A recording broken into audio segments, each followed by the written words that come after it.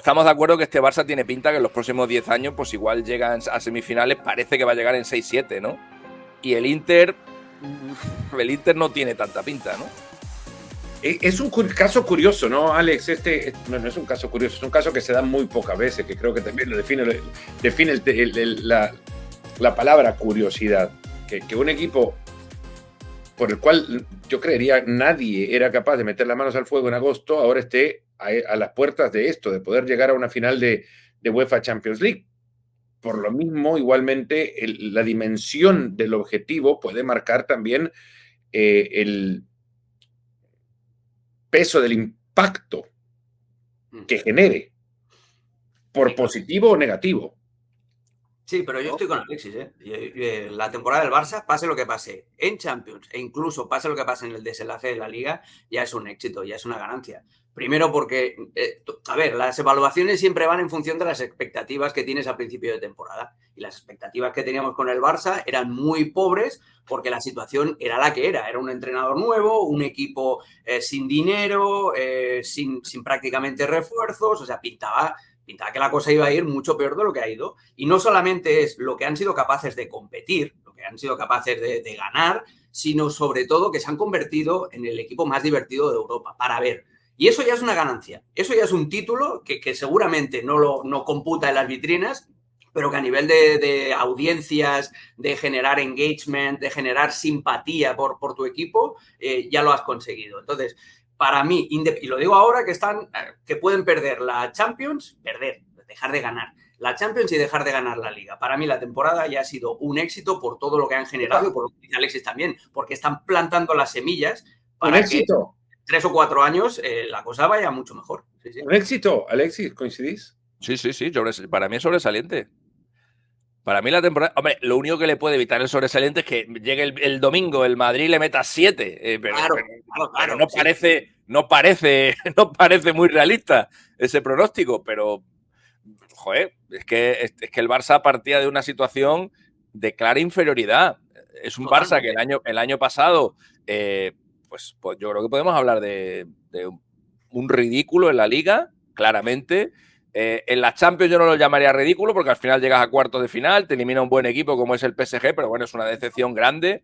Y en la Copa del Rey, en la Copa del Rey te eliminó el Athletic Club, ¿no? Que bueno, que es un equipo que te puede eliminar en una prórroga y tal, pero luego venía con un cambio de entrenador, venía aquí Flick, que dices tú, ¿y ahora? ¿Y este? ¿Y este aquí de dónde ha salido, no?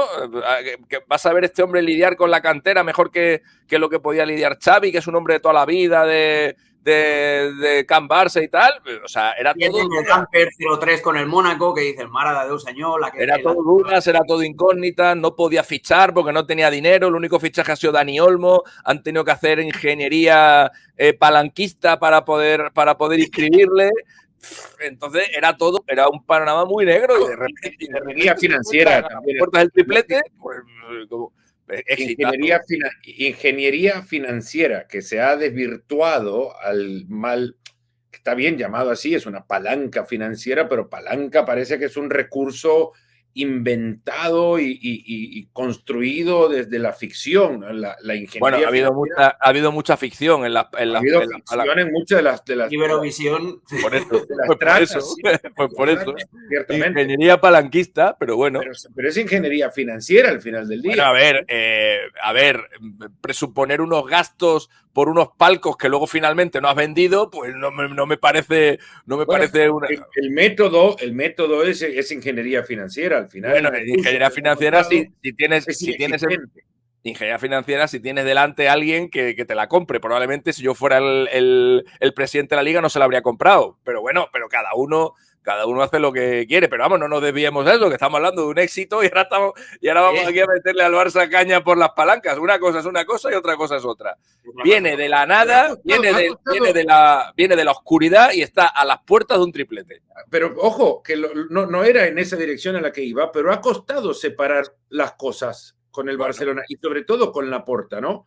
Porque esto, que ciertamente ha sido un éxito, el llevar a Hansi Flick, encontrar un modelo de juego con el cual sus futbolistas se puedan identificar en plenitud cierta, y digo cierta armonía, porque no ha existido.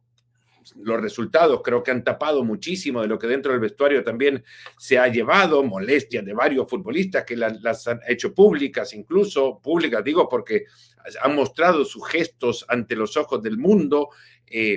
Todo esto igual parte de una decisión que tomó Laporte y fue llevar a Hansi Flick. Y le ha funcionado. Eso sí. es un proceso que al Barcelona le resultó. Y no hace. Pero no olvidemos que. No hace esto de Laporta un presidente exitoso en plenitud, porque del otro lado están estas artimañas que buscó aplicarle a sus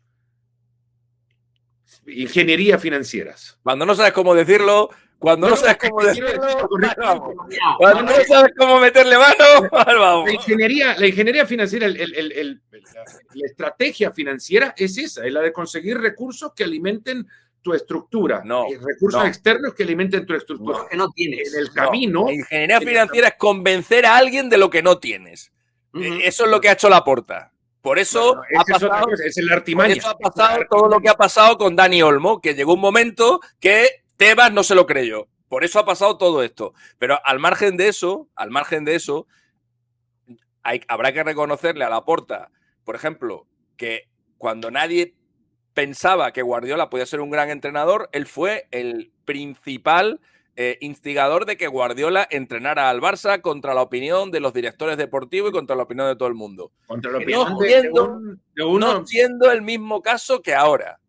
Porque Laporta acaba echando a Xavi porque Xavi un día en una rueda de prensa dice una cosa que no le gusta a Laporta y a Laporta se le infla sus partes y entonces pues ya estalla, lo echa y de ahí pues sí, luego confía en Hansi Flick. Pero no es lo mismo como Laporta confió en Guardiola a cómo ha llegado Hansi Flick al FC Barcelona. No, y en aquel momento habrá que decirlo también, Laporta estaba asesorado, Alex, por otras cabezas que hacían que los sobresaltos exabruptos y los extremos a donde ha llegado esta versión de Laporta, que se cree capaz porque lo deportivo le tapa lo que administrativamente está haciendo mal, y se cree capaz de hacerlo así porque se lo pueden perdonar, porque en lo deportivo funciona. Por esto digo que se ha confundido muchas veces el Laporta y el éxito que ha tomado en sus decisiones, por lo menos esa decisión deportiva, y el administrador Laporta del Fútbol Club Barcelona. Esas cabezas que le hacían pensar evitaban todos estos exabruptos. Ya no está Cruyff, lamentablemente. Chiqui lo tiene, está en el Manchester City. Alex es otro el Laporta de este Barcelona, y en consecuencia es difícil verlo terminar con una versión que dé un resultado equilibrado. Claro. No hay un equilibrio en la versión de Laporta actual. No, con Cruyff y con Chiqui, sus decisiones primero estaban mucho mejor meditadas y sobre todo tenía credibilidad y tenía ese contrapunto, ¿no? De Laporta más impetuoso, de querer hacer las cosas porque sí, de, como dicen allí, al piticullons y estas cosas, ¿no? Pero hay que reconocerle que tiene buen ojo con los entrenadores. No solamente fue Guardiola, que hubo aquel momento de... Era Guardiola o Mourinho. Acordamos que Mourinho va le hace una presentación de PowerPoint incluso a la directiva del Barça para convencerles de que él es el encargado ideal. Pero es que antes de Mourinho llegó Rijkaard, que Rijkaard venía de haber bajado a segunda división con el Sparta de Rotterdam o algo así. O sea, era una cosa y se lo compró y le compró el discurso, el cruyffismo. Entonces, Laporta, el gusto futbolístico hay que reconocérselo. Eso está clarísimo. Pero es lo que dices tú. El hecho de que haya acertado con los entrenadores no implica que luego haya otra parte sobre todo en el manejo de la economía del club y en el manejo también de cómo funciona internamente la entidad, que se ha convertido prácticamente en una empresa familiar en el peor sentido de la palabra,